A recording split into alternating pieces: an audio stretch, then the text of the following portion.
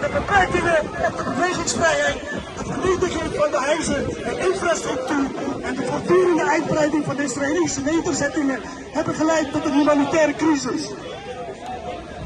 Dit is onaanvaardbaar en vereist onmiddellijke aandacht. In totaal zijn sinds het uitbreken van de oorlog in Gaza inmiddels al 4.500 mensen gedood.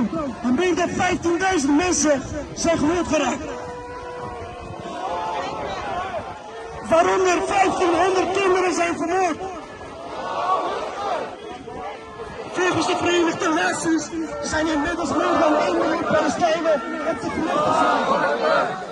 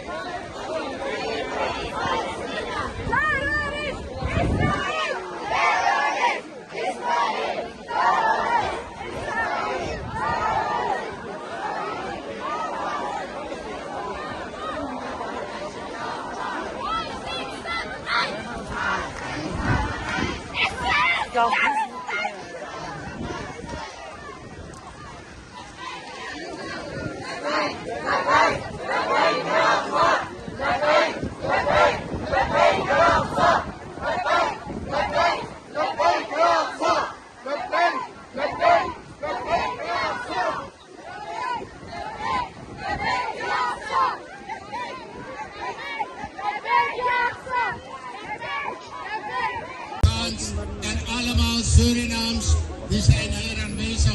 Ik ben zeer dankbaar aan alle imams en Pakistaners. Ik wil niemand overslaan, maar dank voor uw aanwezig zijn dat u uw plicht daarin vervult.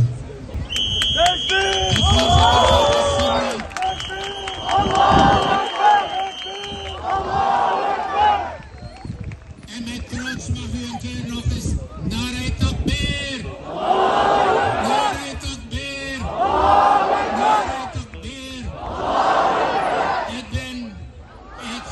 Ik mensen daar horen wat de ware geschiedenis is, waarmee de Palestijnen 75 jaar lang al onderdrukt worden. Laten wij united zijn, laten wij eenheid vormen, laten wij kracht zetten, dat waar en ook ter wereld nergens en dan ook nergens mensen onderdrukt mogen worden.